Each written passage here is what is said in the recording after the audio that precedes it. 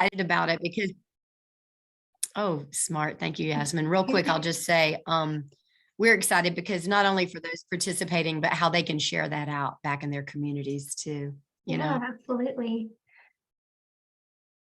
Hi, everyone. For those of you joining us, we'll get started here in just a few moments. Thank you for being on.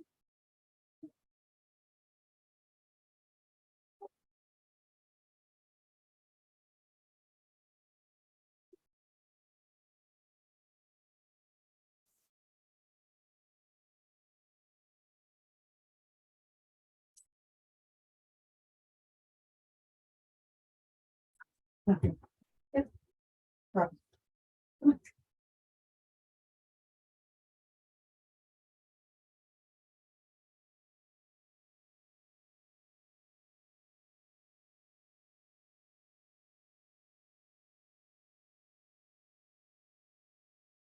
I had to make sure the dogs were they would bark. I understand that well. Take your Yes. time. All right. Do you want me to share now or what's our Yeah, time? we are at 12, but I think Okay. we'll give folks a few minutes to join us. But if you want to go ahead and pull up your presentation, Okay, I can do that. that would be And great. then how much time do you want to leave for questions or 15 minutes, please. 15? Okay, just so I'm on target. All right.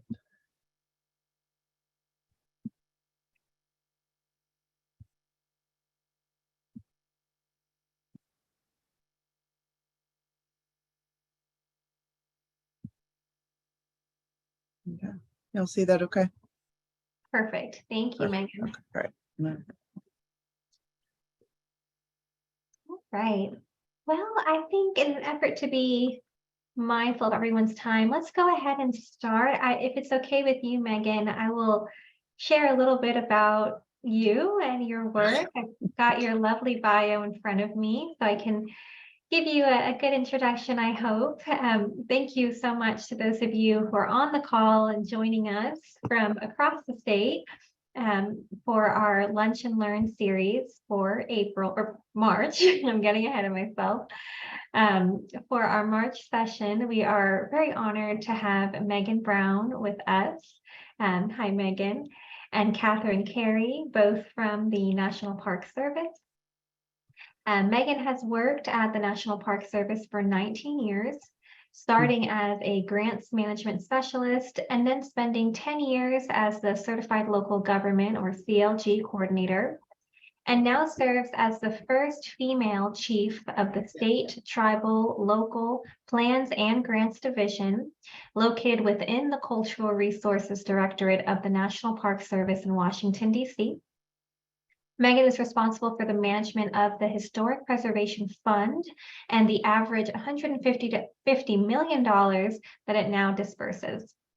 Annual funding is provided to states, tribes, and certified local governments, as well as congressionally funded competitive programs like underrepresented communities, African American civil rights, Save America's Treasures, and historically Black colleges and universities. With a staff of 20, this division works hard to provide the outreach and grant funding necessary to enable their partners to carry out the missions or the programs outlined by the National Historic Preservation Act and funded by the HPF. Before joining NPS, Megan worked in the Southwest office of the National Trust for Historic Preservation in Fort Worth, Texas, and the South Carolina State Historic Preservation Office, where she managed the state grant and federal tax incentive programs. Her education includes a Bachelor in Architecture from Auburn University and a Master's in Historic Preservation from the University of South Carolina. She is an avid equestrian and enjoys time and travel with her family, horses, and friends. So Megan, thank you so much for being here with us today. I'll let you take it away. Okay. Thank you. Great. Thank you. And welcome everybody. It's good to be with y'all. Hopefully you're having a yummy lunch while we're going to talk about some grant funding. And then we're going to leave some time for questions at the end. So feel free to, if you think of those, put those in the chat and we'll try to get those answered.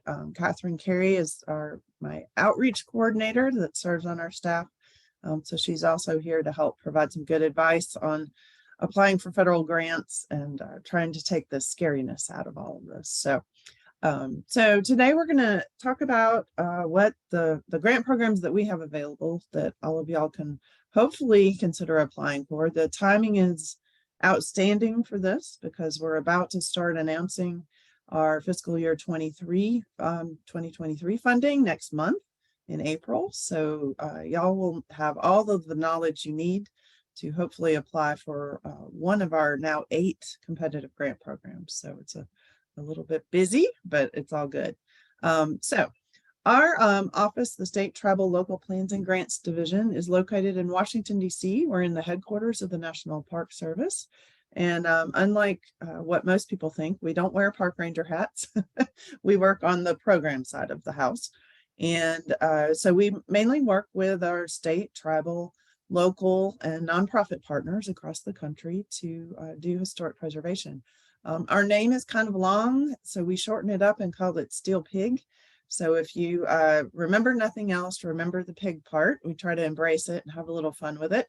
But hopefully that helps you remember where to go when you're looking for some grant funding.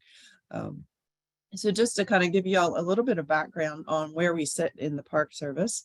We're in the Cultural Resources, Partnerships, and Science Directorate, and that's where probably a lot of things that you're familiar with, like the National Register, the Tax Incentive Program, and those types of things. Are also our American Battlefield Protection Program and things like that. So we're in the Preservation Assistance Program, so we're kind of that external facing part of the directorate, but we also do things in the parks as well, like our park history program and archaeology and things like that. And we even have a science and technology wing down in Louisiana, and that's where we have a technology grant program that sits there as well. So there's a lot going on within our directorate. It's about 200 something people. And now we're kind of spread all over the country, but mainly based in Washington, D.C. And a lot of what we do comes from implementation of the National Historic Preservation Act. So hopefully you're all familiar with that, but the Act created the Federal Preservation Program in 1966. In a lot of ways, we were catching up to what was already happening locally. In a lot of those communities were in Florida. It created the National Register of Historic Places to be the planning tool for the federal government, the idea that we should be taking into account when we're maybe messing with some historic sites and communities. Also established that protective review process of Section 106. So when the federal government does get involved, there is a consultation process, as well as protecting our own historic properties through Section 110. And I think probably most importantly, established a system of state historic preservation offices, which really are the backbone of preservation in our country. And we work with them very closely. And in fact, they take on a lot of the federal responsibilities, and we'll talk a little bit about that.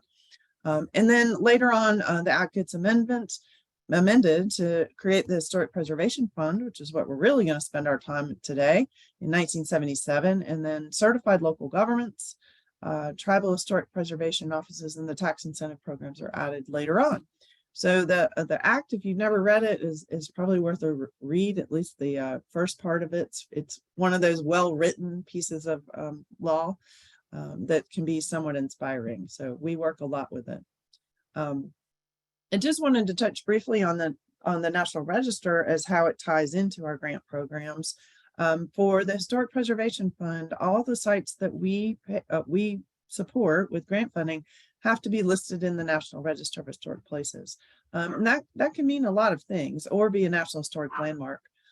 So the National Register kind of breaks significance down into the national, state, and local levels. So you can be listed in the National Register, but at different levels of significance. So that's an important thing to kind of understand. Sorry, the dogs are barking. And that's an important thing to understand. And because that relates to some of the programs I'm going to talk about, what level of significance you are. And then we also have National Historic Landmarks, which are kind of the highest level of listing. So that those are more special and require some other things that have happening. But I wanted to kind of briefly touch on that because it's going to tie a lot into what we talk about today. And also any of the funding that we distribute, the work that's done with that funding has to meet the Secretary of Interior standards.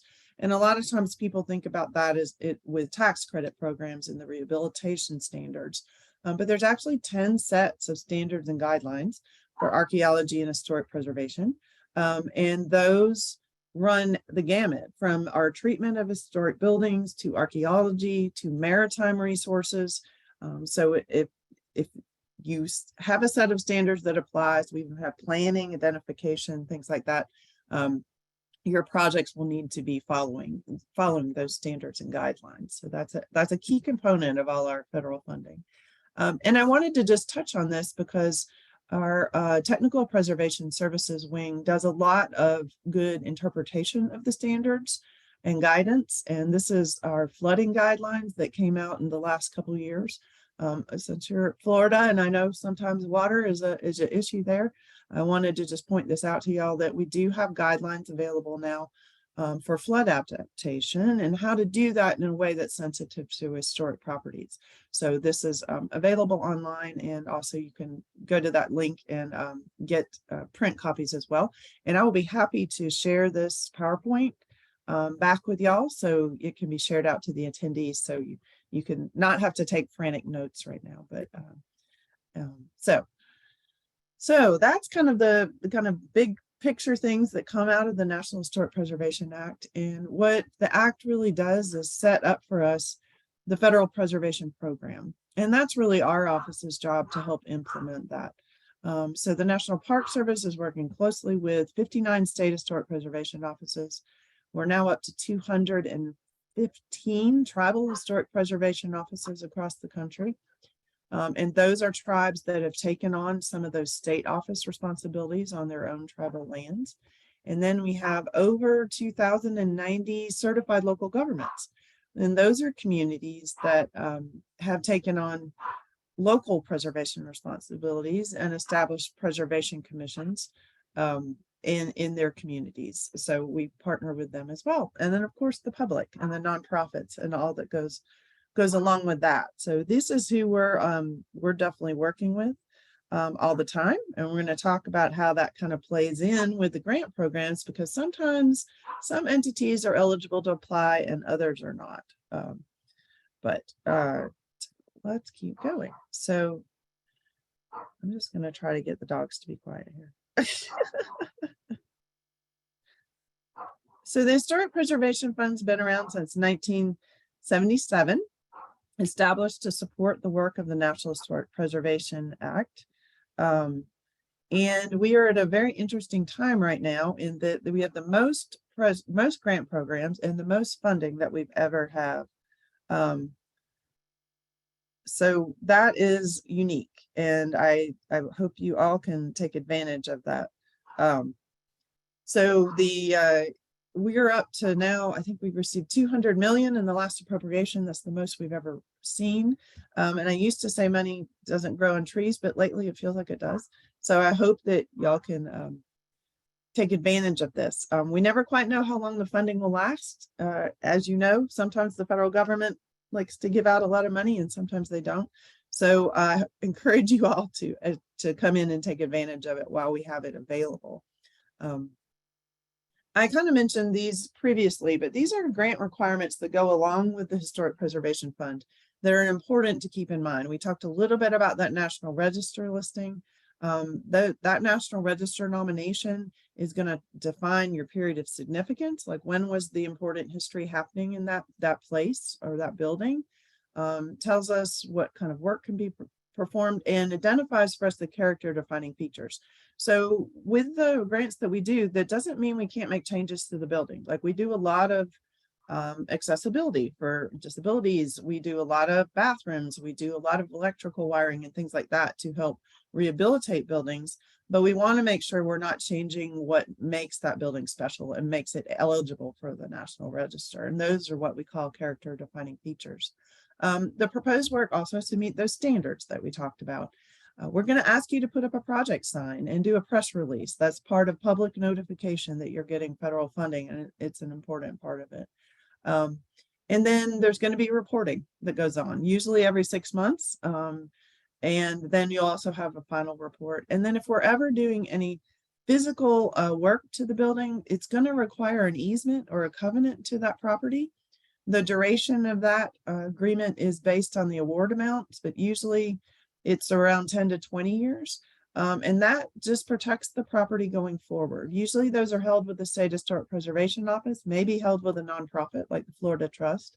But anytime you as the property owner might be making significant changes to the building, you would need to go through a review process with that organization to make sure we're not doing anything to change the state of the building that the grant funds help put it in place. So just some things to the kind of scary parts of grant management.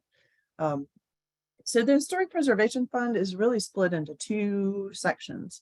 So there's the non-competitive grant programs and then the competitive grant programs. We're going to spend most of our time today on the competitive grant programs, but I want to touch on the non-competitive side because they're really block grants that we're giving out to the states and the tribes. We give them out every year. And this is what your State Historic Preservation Office uses to operate. So we're funding a lot of staff in that office. In exchange for that funding, we're asking them to run several programs for us, like the National Register, the Certified Local Government Program, tax incentives, and those types of things. So that's why, even though you're working with a federal program that the Park Service manages, often your first stop is with your State Historic Preservation Office, because we've asked them to help us run those programs throughout the country. Similar for our tribal historic preservation offices. So they have taken on some of those responsibilities, like Section 106 or the National Register, from their state partners. And so they're running those within their tribal lands. But the really important part of this is, of that money we give each state, 10% of that funding has to be given out to certified local governments. And so that now it was 5 million. I need to update this. It's more in the 6.5 million, 6.2 million range. And if that funding is not distributed to those certified local governments, we actually return it. So the states have a good incentive to get that money spent. So if you're looking for smaller kinds of planning projects in your communities, those typical local or state level kind of projects, that certified local government program is a great place to look. And then in addition, we will occasionally get disaster funding. And that comes usually in a special appropriation. It's a very political process that not sure I understand completely, but it does happen. We seem to only get money when it comes to hurricanes, not other natural disasters. I'm not sure why that is either. But basically it's to assist the states and tribes in those areas. Florida, as you all are probably very aware, has been the victim of several hurricanes as of late. So we do have $100 million currently in 2 hurricane programs for Harvey, Irma, Maria, and Florence, U2, and Michael. So we are working with the Florida SHPO state office to implement that funding. And there's about 10 or 12 million that's going down with both of those programs to assist with disaster affected properties. So these things happen sometimes. They don't always happen. I'm not sure if we'll see another one with the most recent storms, but that is something that the Historic Preservation Fund does provide. I touched briefly on the certified local governments. Here they are in Florida. So an idea of where they are, and if you are one, you can go to our website and find out. If you are, great. I encourage you to reach out to your state office about that funding that's available. If you're not and you're interested in becoming one, that's also the role of the state office. Ruben Acosta was the CLG coordinator there in Florida, and I think he's moved up to a deputy level, which is exciting. So they'll probably be looking for someone new if they haven't already found them, but to give you a sense of those communities. And then we also have our Gateway app that we have created to show that intersection between national parks, federal lands, and certified local governments. So a way for you to find contact information should you be having a federal entity that maybe commands a lot of attention from your community or brings in a lot of tourists or those types of things, like some of the parks tend to do. So this is a great app that we have that provides that information. And then we try to work really closely with the Main Street communities and did a great disaster program down in Florida in September, I think, partnered with the Main Street in your state office there. and Main Street, the national organization. So we have a great crossover there. So it's a great place to share ideas, maybe share opportunities to apply for grants. Partnerships there is always a good thing to think about. If you're not sure what the CLG program can fund, we actually have a large repository of projects that we've paid for, and that they are housed in our IRMA system.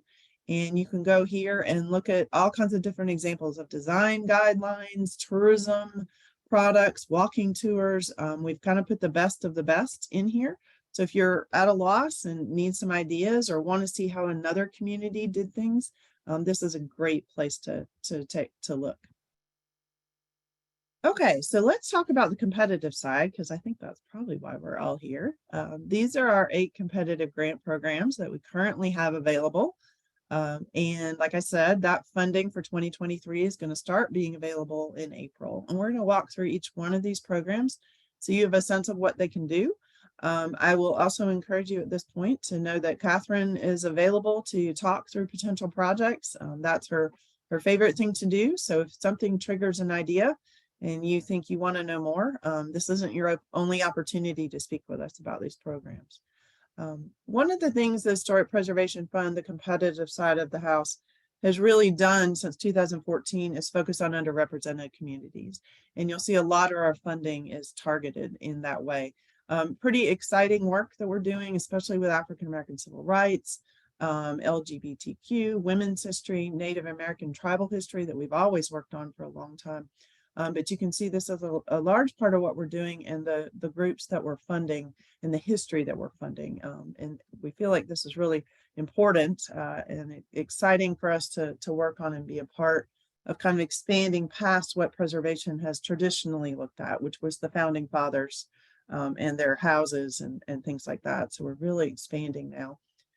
That first program that really set us down that path is our underrepresented community program.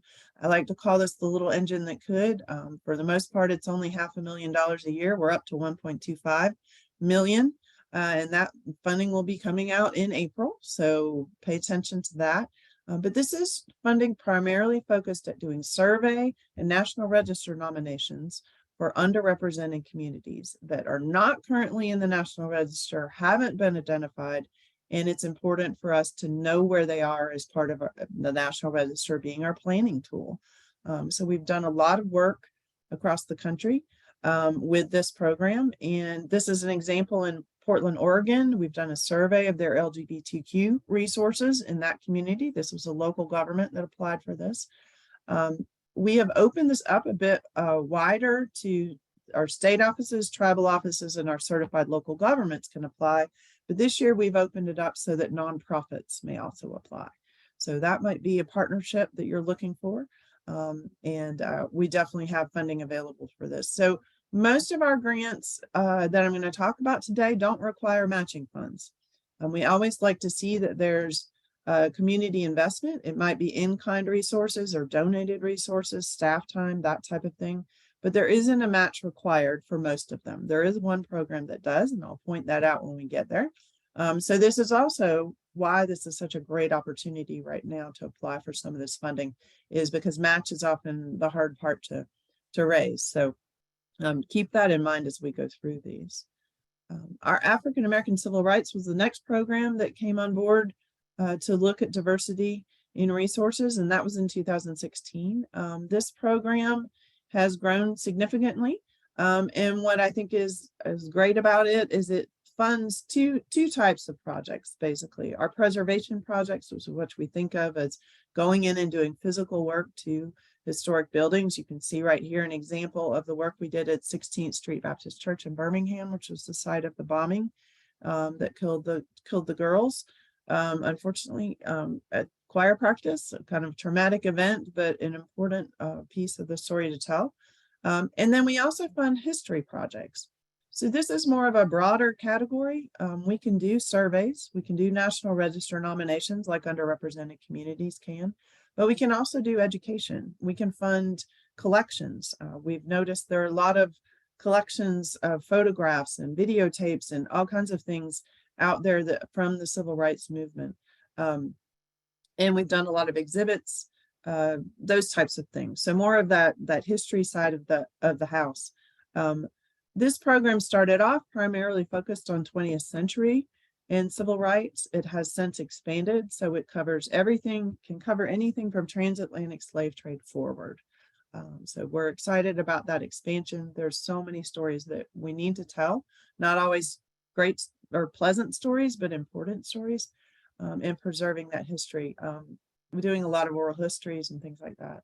So this program's is more wide open. States, tribes, local governments, and nonprofit organizations can apply. And with all of our programs, it's important that either the properties you're applying to do the work for are either listed in the National Register or determined eligible. If they are not either of those, you'll need to get some indication from your state office that they're eligible for the National Register and also eligible for their association with civil rights. So what we find is a lot of times properties have been listed in the past, and they may not include that story of civil rights or may not include the story of the African Americans that helped build that site. And so as part of this project that you do with us, we would ask that those National Register listings be amended to include that full and complete history. And you'll see that as a theme going forward with a lot of these projects. This is a steadily growing program. We do have 24 million available for 2023. Those applications are going to come out this summer. Again, no match required for these. Those history grants can go up to $75,000, no match. And then our preservation grants can go up to $750,000 with no match. So we encourage you to ask for what you need, not just the total amount, and make sure that budget makes sense and those kinds of things. But those applications will be coming out in May. So I hope you'll think about that in the African American resources you have in your communities that might be eligible. A bit of a spinoff from the African American Civil Rights is our History of Equal Rights program. And this is really intended to address all Americans' struggle for civil rights. So that could be the struggle for women's voting rights or LGBTQ rights. It could be labor unions. It could be all kinds of things. So we try to keep this definition very broad.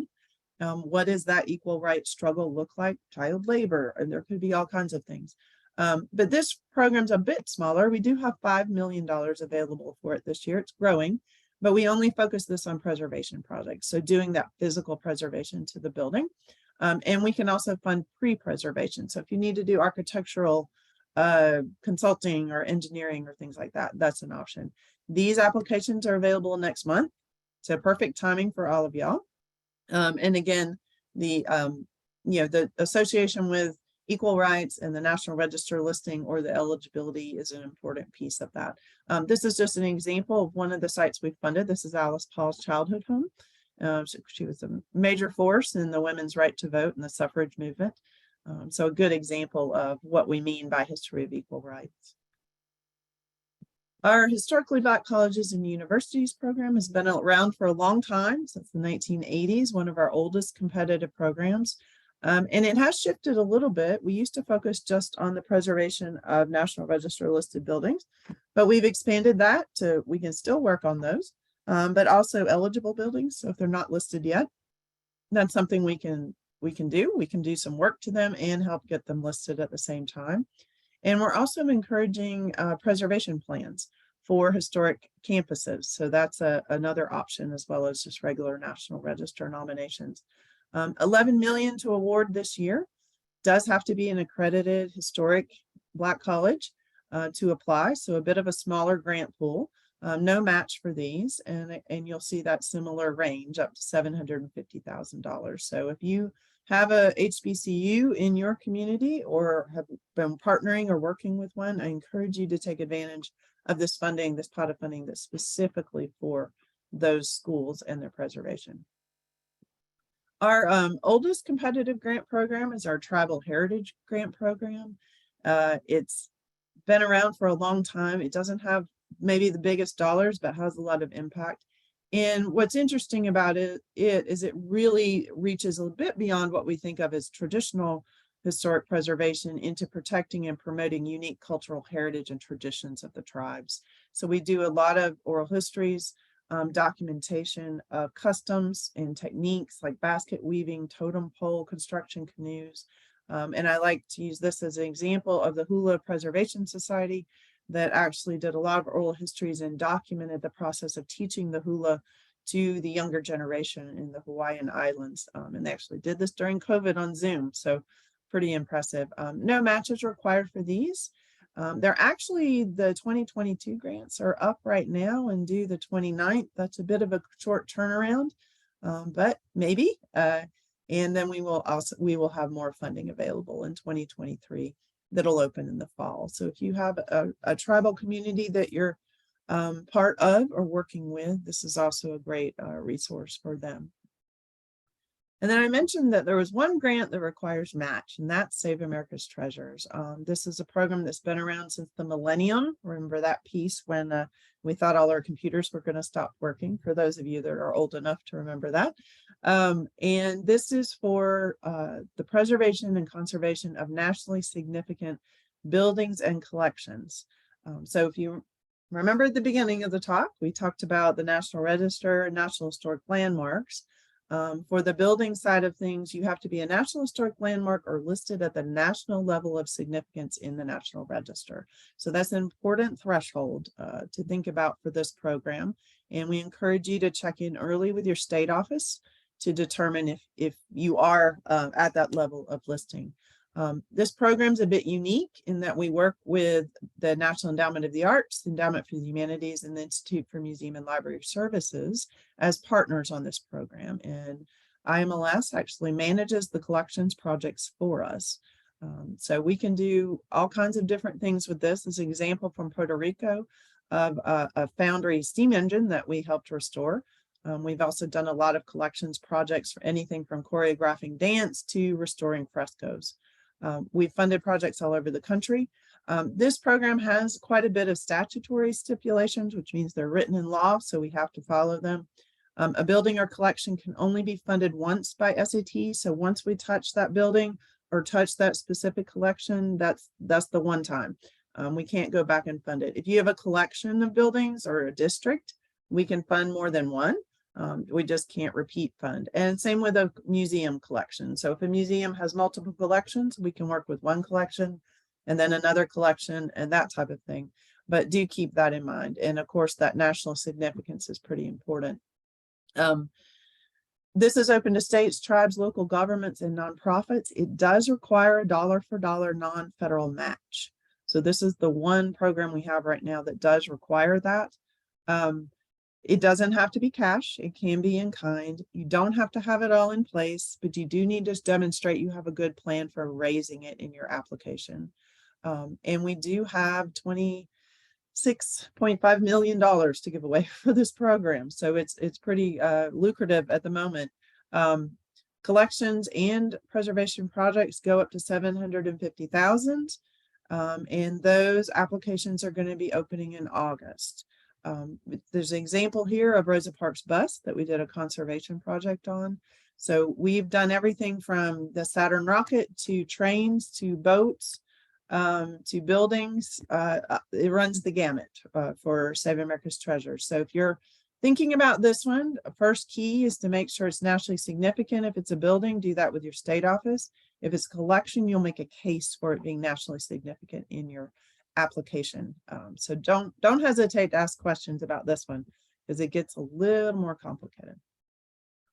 And then I've only got two more, but the semi-quincentennial grants are fairly new for us. We just awarded our first round last year. We're currently in the process of working on 2022.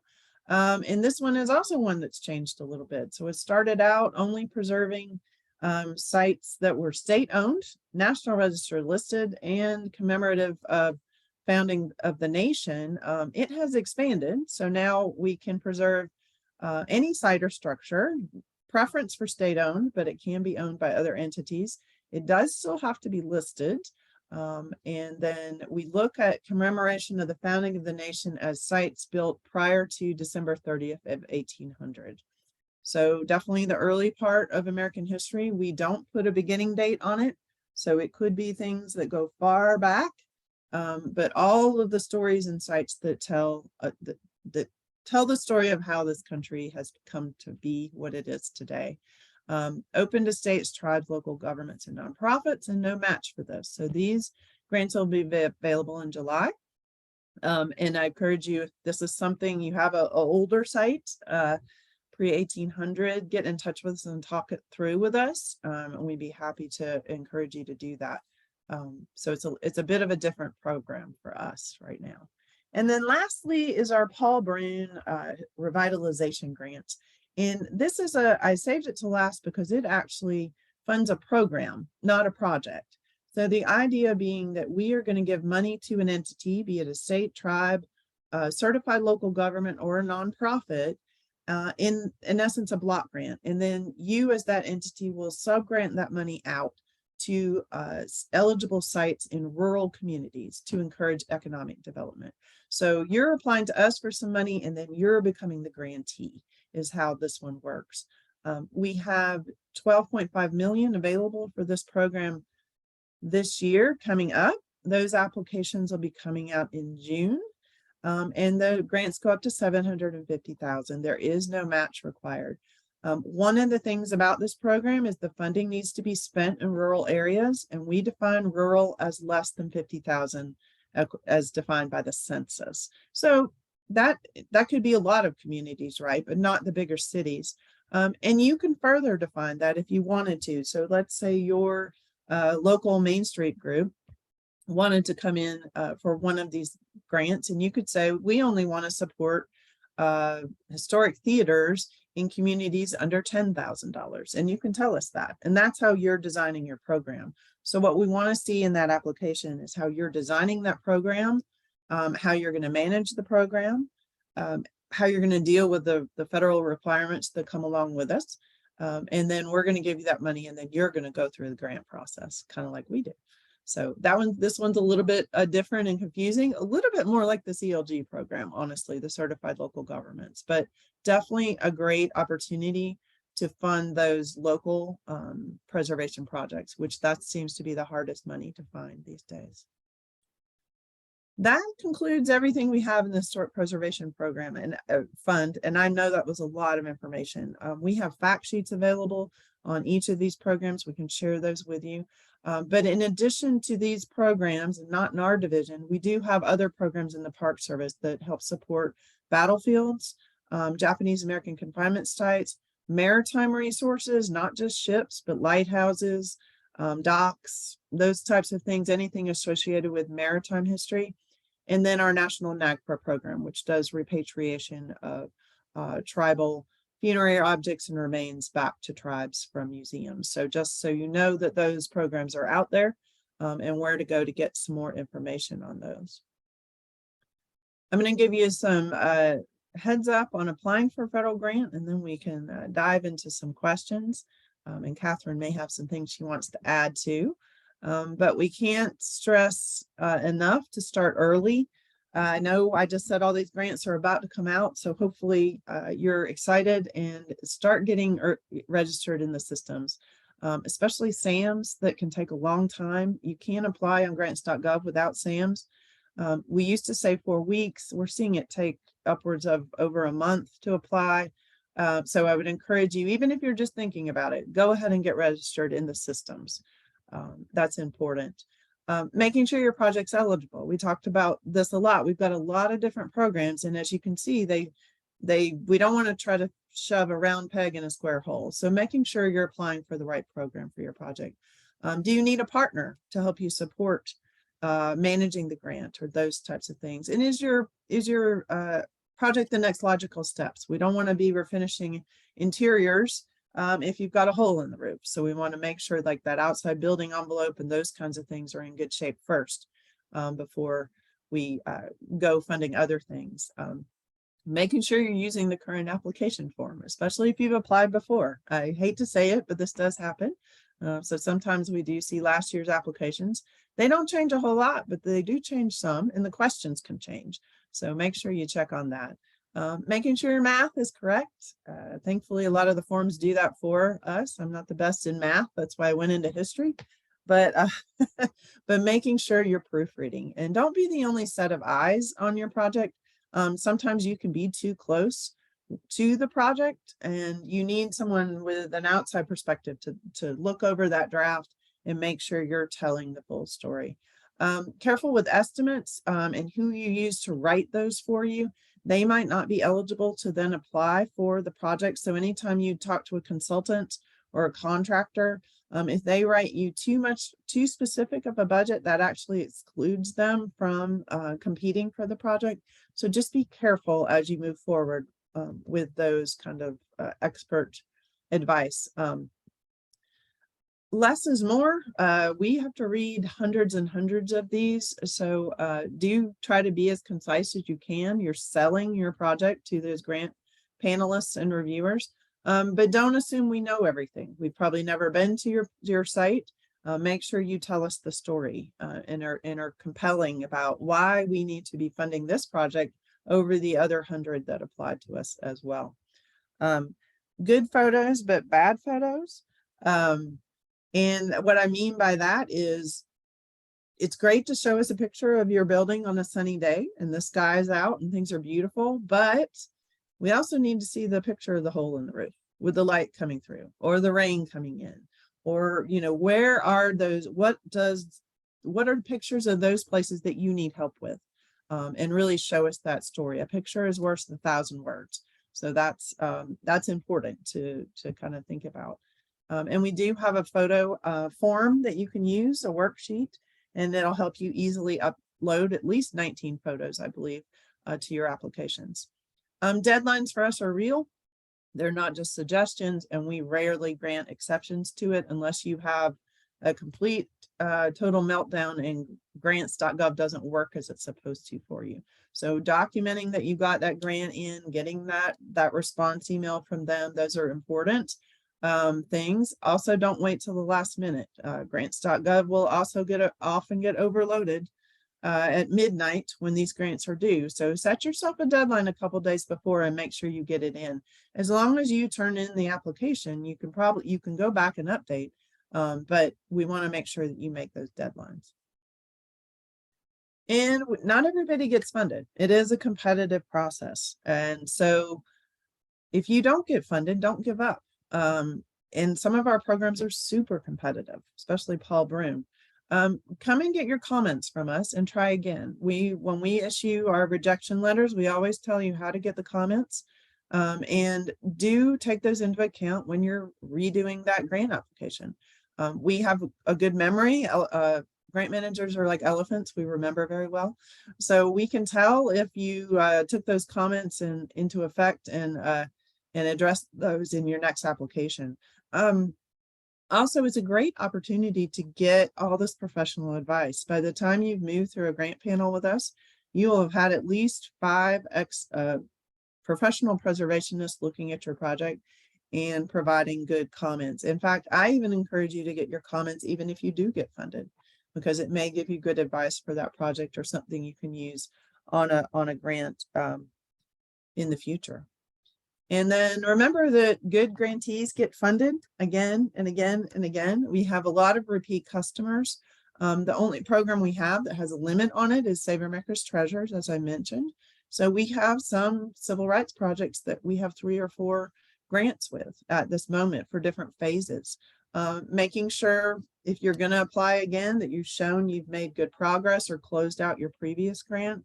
That's an important piece of this.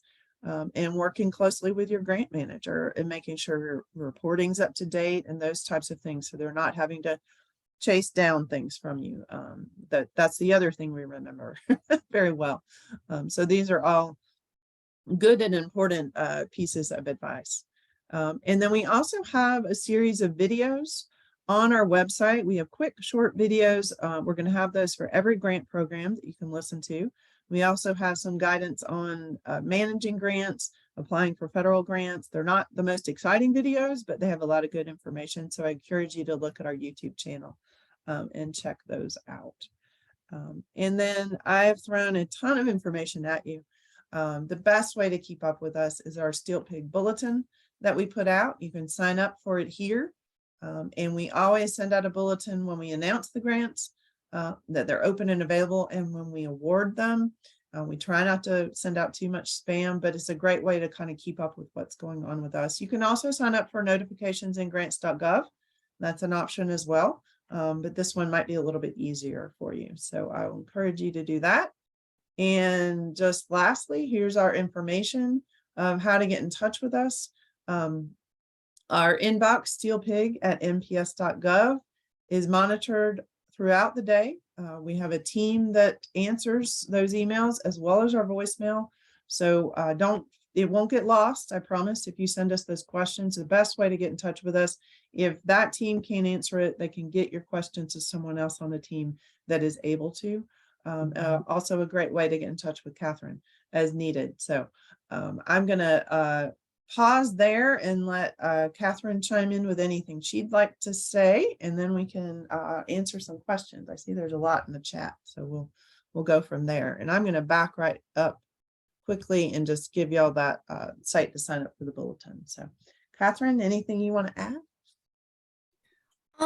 I think you covered most everything, but I think just to emphasize a couple of the items that Megan mentioned, the starting early and being sure that you're set up in sam.gov with your unique entity number. Everybody always says, oh yeah, we have that.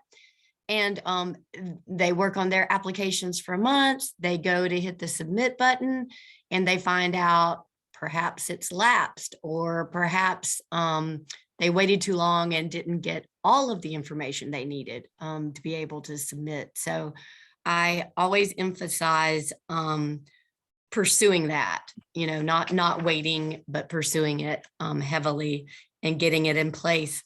And then the other thing, I shared my email address in the chat, and Megan mentioned, I am really happy to speak with anyone. It's so easy to think you have the perfect program for your project, and there might be just some slight piece of it that you're missing, which would make you not eligible. And we just would always like to be sure that that you're using your time wisely. And that you don't get frustrated, and so that you're aligned with the right program. So don't hesitate to reach out. Also, I would just emphasize that when the grant does open and you are looking over the information in grants.gov, that you do not only look at the forms that you need to complete or the project description or the summary, but that you spend some time reading the notice of funding opportunity, because so many of your questions can be answered there. It is filled with some wonderful information, and you'll want to know all of that. If you're an awardee, you're going to want to know a lot of that information as you move forward around reporting and compliance, easement, all sorts of things. So please focus on the notice of funding opportunity when it is released with the opening of the grant. And then lastly, silly little things, but I would say update your Adobe before you start anything in grants.gov. It's often the issue when things are not working out for you. And just save things regularly and watch for error buttons on it, because all of those things can really be frustrating. And if you pay close attention and save your information, you can, as Megan said, you can always just go back and forth and work on your application over and over again. And just know we're here to help you. That's what I like to do. That's what I want to do. So I'm happy to assist you. Any of you that are larger organizations that can serve the role of acting sort of as a physical agent for another project that maybe isn't quite there with their nonprofit status, or has the capacity to manage a grant right now, we're always looking for organizations that can do that and build out those partnerships. So please consider that. That's really it, unless you have questions. Thank you both, Megan and Catherine, for that really informative presentation and all of the links. It was just very thorough, and I'm sure, as we saw from a few attendees, people are looking forward to getting this presentation in their hands as well. So thank you for your generosity in sharing that. There were a few questions. I'll just go back if that's okay. And I'll read out Linda Stevenson's question. Linda, if you're welcome to expand on this question if you would like to, but it says a specific question for underrepresented communities grants program. Can a community that has an old thematic NRHP 1980s era in place use the underrepresented grants program to expand the nomination for properties that should be added to the thematic nomination, but were not identified in the original nomination? Yes, please. That is exactly what we would love to see this program doing, is updating those older nominations. And we've done several of those. So I strongly encourage you to think about that. Yes. Thanks. Yeah. Thanks, Megan. We had one more question that came in just recently from Shelby. Shelby asked if there is a fee to apply for a SAM number.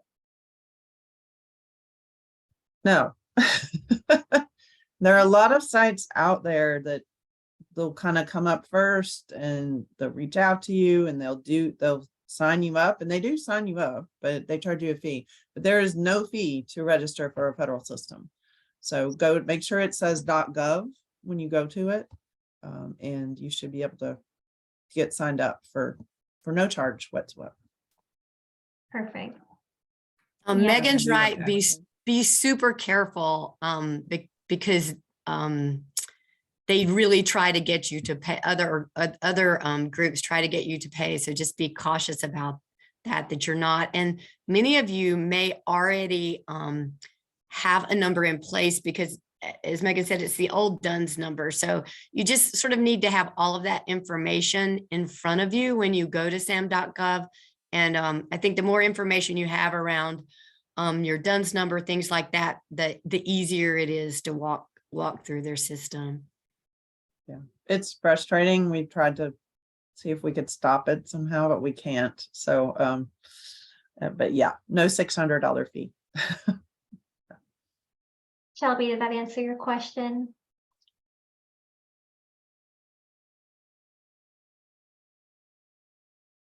Perfect. Anyone else have any questions for either Megan or Catherine? Y'all have any projects in mind you want to throw out there? Now's your chance.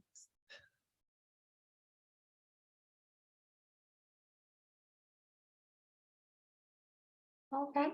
Well, thank you. Thank you so much again for taking the time. If there are any questions that come up for those of you still on the call, Catherine again shared her contact information. I also put in that ST or steelpig@nps.gov email address that you can contact and speak with someone. And then I will be sending a follow-up on behalf of the Florida Trust team, just sharing the presentation that Megan will share with us. And I'll also make sure that you had this information that we put in the chat as well. So thank you. And Shelby said, thank you very much. Great information and encouragement that there is money available. So yeah, definitely. There is. Now's the time to come and get it. So I hope we see some applications. Great. Well, thank you, Megan. Thank you, Catherine. Thank Have y'all. a wonderful rest of your day. We appreciate everyone being on. Thank y'all. Thanks. Bye. Bye.